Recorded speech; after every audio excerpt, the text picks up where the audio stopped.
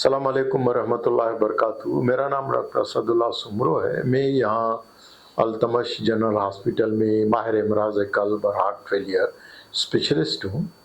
हम heart failure के मुतालिक जैसे मैं पहले भी बता चुका हूँ कि हार्ट फेलियर एक ऐसी बीमारी है, ऐसी कम्प्लेक्स किस्म की, पेचीदा किस्म की बीमारी है जिसकी बहुत सारी वजूहात और बहुत सारे प्रेसिपिटेटिंग फैक्टर्स होते हैं। अब जब और मुख्तलिफ़ किस्म के अलामात होते हैं। अब जो मैं बात कर रहा हूँ वो खांसी और बलगम में खून आना ख़ास करके जो है वो तो सांस के साथ बहुत सारे मरीज़ होते हैं जिनको दिल के मुख्तलिफ़ अमराज होते हैं, ख़ास करके जिनके दिल के वाल्व जो है वो तंग हो जाते हैं, जैसे माइट्रल स्टेनोसिस की बीमारी है।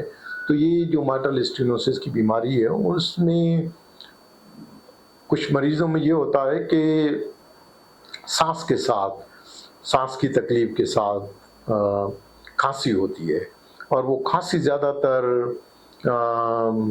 रात को सोते हुए खांसी होती है और उस खांसी की वजह से आधी रात को उठ के बैठ जाते हैं। और जब कुछ मरीज़ों में बलगम में खून आता है तो जब डॉक्टर के पास जाते हैं तो फिर अक्सर डॉक्टर समझते हैं कि शायद इनको टीबी की बीमारी हो गई है।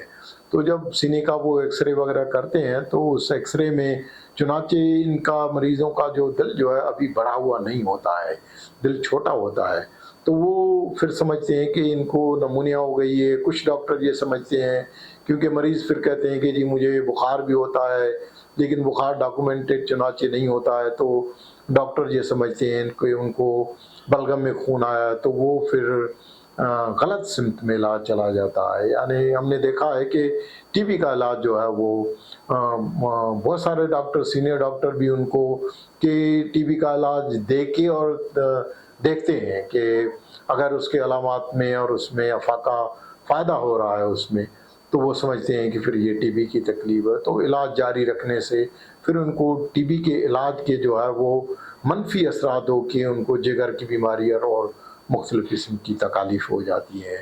तो लिहाजा ये जो खांसी और खांसी में बलगम का आना है, इसका मकसद ये नहीं है कि उनको ये जो अलामात हैं वो हार्ट फेलियर की वजह से नहीं, बल्कि फेफड़ों की तकलीफ़ की वजह से, नमूनिया और टीबी और ब्रोंकाइटिस की वजह से। क्योंकि आजकल सर्दी है, सर्दी का मौसम है, सर्दी के मौसम में अगर किसी को इसी तरह से पहली दफ़ा सपोज़ करके सांस की तकलीफ़ के साथ खांसी है, बलगम में खून आ रहा है, तो अक्सर डॉक्टरों का ध्यान जो है वो नमूनिया की तरफ चला जाता है।